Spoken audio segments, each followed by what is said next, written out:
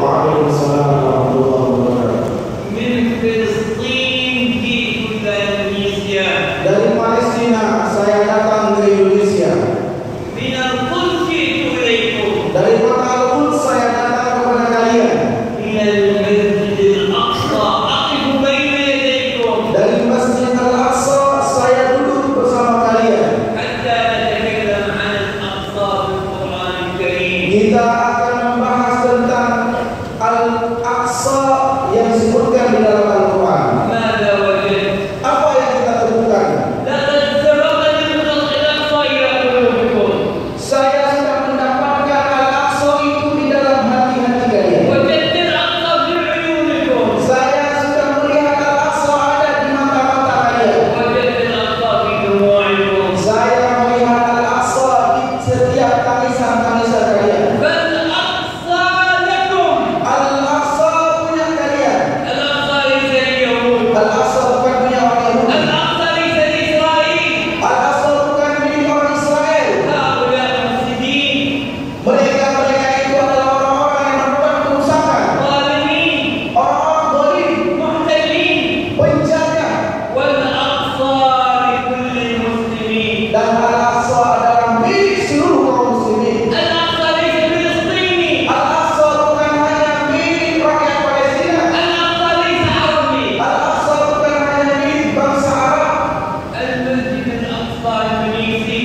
Masjid Al-Aqsa milik rakyat Indonesia juga. ماليزي. Malaysia, تركي. Turki, نيجيري. Nigeria, كل من يقول لا إله إلا الله. dan semua yang mengucapkan La ilaha illallah. تكلم الشيخ الكريم Sebagaimana kita mendengarkan di khutbah Syekh tadi, عن الأقصى والأنبياء. beliau menyebutkan bagaimana Al-Aqsa dan Nabi disebutkan di dalam Al-Quran. أنا أسأل من الذي بنى الأقصى؟ Saya mau bertanya, siapa yang membangun Al-Aqsa? متى بني الأقصى؟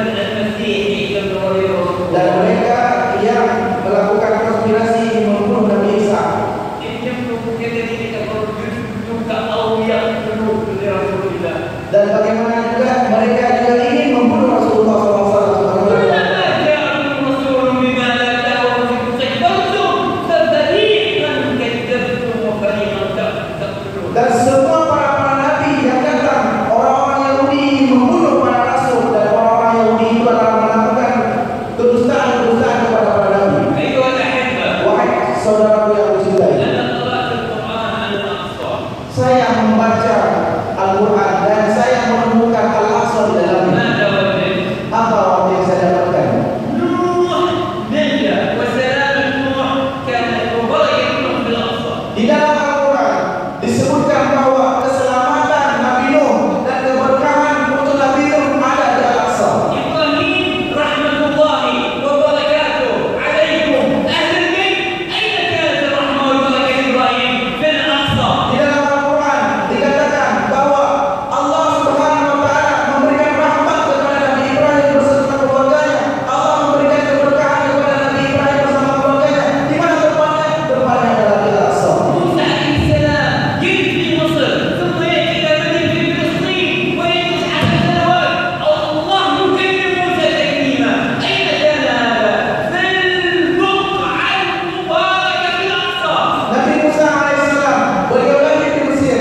Kemudian beliau dikejar-kejar oleh orang Mesir, ingin membunuh beliau sehingga beliau lari ke Palestina. Kemudian beliau menikah dengan salah seorang wanita di Palestina.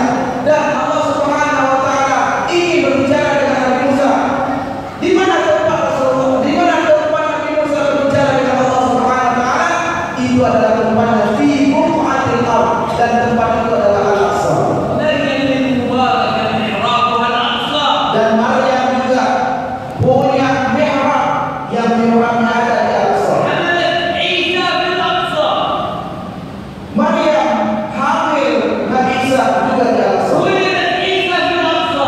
Nabi Isa lahir di Al-Aqsa. عاش عيسى في الأقصى. Nabi Isa besar di Al-Aqsa. رفع عيسى إلى السماء من الأقصى. Dan Nabi Isa juga diangkat ke langit dari Al-Aqsa. سيأتي آخر الزمان إلى الأقصى يقتل الدجال. Dan juga akhir zaman Nabi Isa akan turun ke Al-Aqsa kemudian membunuh Dajjal. وجعلني مباركا أينما كنت وما كان إلا الأقصى. Dan Nabi Isa mengatakan Allah telah memberikan keberkahan kepadaku di mana tempat aku berasal. Dan itu adalah Al-Aqsa. يا محمد يا حبيب الله يا رسول الله هل لك بركة؟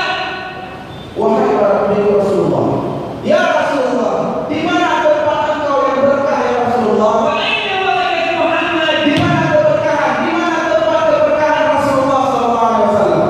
سبحان الذي أسرى بعبده ليلا من المسجد الحرام إلى الأقصى برسولكم. Maha suci Allah Subhanahu wa taala yang telah memperjalankan Rasulullah sallallahu alaihi wasallam dari Masjidil Haram ke Masjidil Aqsa. Al-Aqsa punya Nabi kita. Al-Aqsa punya Rasulullah sallallahu alaihi wasallam. من المسجد الحرام إلى المسجد الأقصى الذي باركنا حوله. بركة محمد في الأقصى وكيف تضيع؟ Yang mana keberkahan dikatakan oleh Allah Subhanahu wa taala, keberkahan Rasulullah sallallahu alaihi wasallam ada di Al-Aqsa. Bagaimana mungkin tempat keberkahan Rasulullah itu tidak ada dalam kemampuan kita? نحن نصارع ونقاتل اليهود بالقرآن الكريم. Kita akan melawan dan akan membunuh orang-orang Yahudi itu dengan Al-Quran. وكذلك في التاريخ. Begitu juga dikatakan dalam sejarah. كما قرأنا كتاب الله قرأنا التاريخ. Sebagaimana kita membaca Al-Quran, begitu juga kita baca dalam sejarah. يقول التاريخ من يحكم الأقصى يحكم الدنيا يحكم العالم يحكم الأرض. Dalam sejarah dikatakan siapa yang menguasai Al-Aqsa, dialah yang menguasai dunia. ويقول التاريخ أن من يظلم ويسلك في الأقصى يسول إلى منزلة التاريخ. Dan dalam perjalanan sejarah tercatat bahwa orang-orang yang menguasai Al-Aqsa kemudian melakukan kezaliman di dalam Al-Aqsa, maka tidak lama kemudian orang-orang zalim tersebut akan terlempar dalam tong sampah sejarah. 18 حضارة في التاريخ كلها جاءت الأقصى لكنها كلها زادت رحلت. 18 bangsa-bangsa besar yang pernah ada, mereka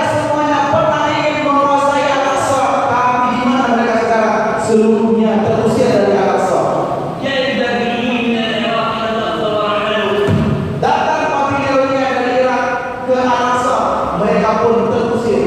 يعني الظالمين من إيران إلى الأقصى ورحلوا. Datang orang-orang Persia dan Iran ingin menguasai Al-Aqsa, mereka pun terusir. الإغريق من اليونان جاءوا إلى الأقصى ورحلوا. Inggris dari Yunani datang ingin menguasai Al-Aqsa, mereka pun terusir. الفراعنة جاءوا من مصر إلى الأقصى بالتالي ورحلوا.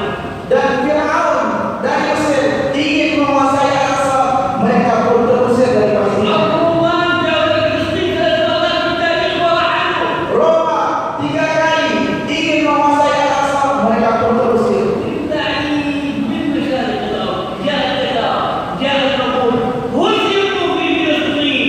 Dari tempat yang jauh, dari Mongolia, tentara Tatar ingin datang menguasai Al-Aqsa, mereka kalah di dalam Al-Aqsa. الصليب جاء إلى فلسطين بالتاريخ هزمه صلاح الدين الأيوبي. Tentara Salib datang ingin menguasai Al-Aqsa, akhirnya dikalahkan oleh Salahuddin Al-Ayyubi. بعثنا عليكم عبادا لنا ضرب شديد. Dan kami mengutus kepada kalian bahwa akan diberikan kekuatan oleh Allah Subhanahu wa taala. Uli basin syadid. إخوانكم في فلسطين عباد لنا Saudara-saudara kalian di Palestina, saudaraku, عباد لنا ضرب شديد. adalah orang-orang yang mendapatkan kekuatan insyaallah akan mengalahkan Yahudi. من أمس شاب فلسطيني يحمل سكين يقتل يهودي يأخذ سلاحه يقتل 3 يهود ويطلع 6 يهود واليهود والله أخوفهم في الأرض. Baru ini ada satu orang pemuda Palestina yang membunuh 3 orang tentara Israel dalam keadaan lengkap senjatanya dengan pisau. Tapi pemuda tersebut hilang, tidak ditangkap, tidak berhasil ditangkap oleh tentara Yahudi. مرة أخرى الأقصى مقدس. Sekali lagi saya katakan bahwa Al-Aqsa itu adalah tempat suci الأقصى معظم. dan Al-Aqsa adalah tempat agung. الأقصى مبارك. Al-Aqsa tempat yang diberkahi.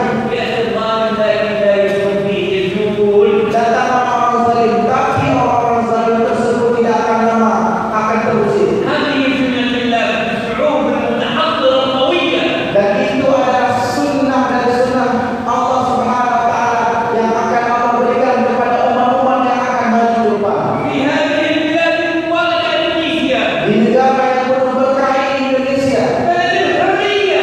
negara yang merdeka. أنتم أحرار. Kalian ini adalah masyarakat rakyat yang merdeka. لن يبقى ولد واحد في هذه البلاد Kalian المباركة. tidak membiarkan satu orang penjajah Belanda pun tindak kakinya di tanah kalian. جاء الياباني ثم ذهب إلى البلد الجاهلية. Datang orang-orang Jepang ingin menguasai kalian, akhirnya orang-orang Jepang itu kalian buang ke dalam أنتم أحرار. kalian merdeka. أمريكا حرة. Indonesia merdeka. عندما نقلت أمريكا السفارة الأمريكية إلى القدس. Ketika Presiden Amerika Serikat memindahkan kedutaan Amerika Serikat ke kota Al-Quds, ليقولوا أن القدس يهودية. dia ingin mengatakan bahwa kota Al-Quds itu adalah punya orang Yahudi. ألا يعلم أن القدس بمليار 600 مليون واحد مسلم؟ Dia tidak tahu bahwa Al-Quds adalah milik miliaran umat muslim yang ada di dunia. لقد رأينا جاكرتا. Kami dari semua negara melihat mata-mata kami menatap Jakarta. أخذت أمريكا بالملايين تبني البيت يا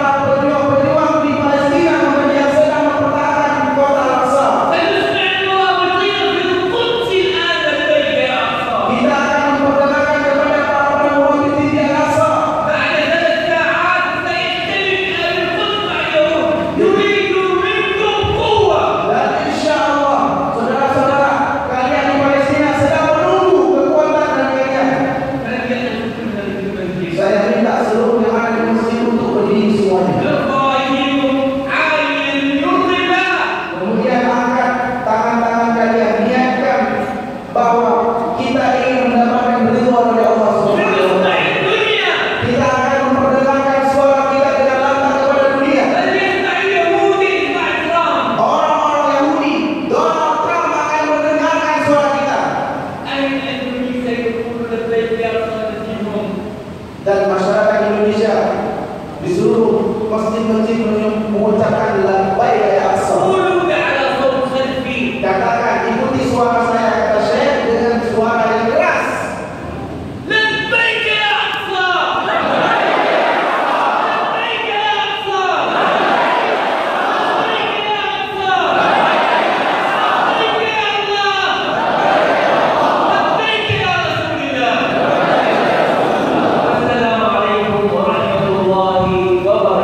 Waalaikumsalam warahmatullahi wabarakatuh.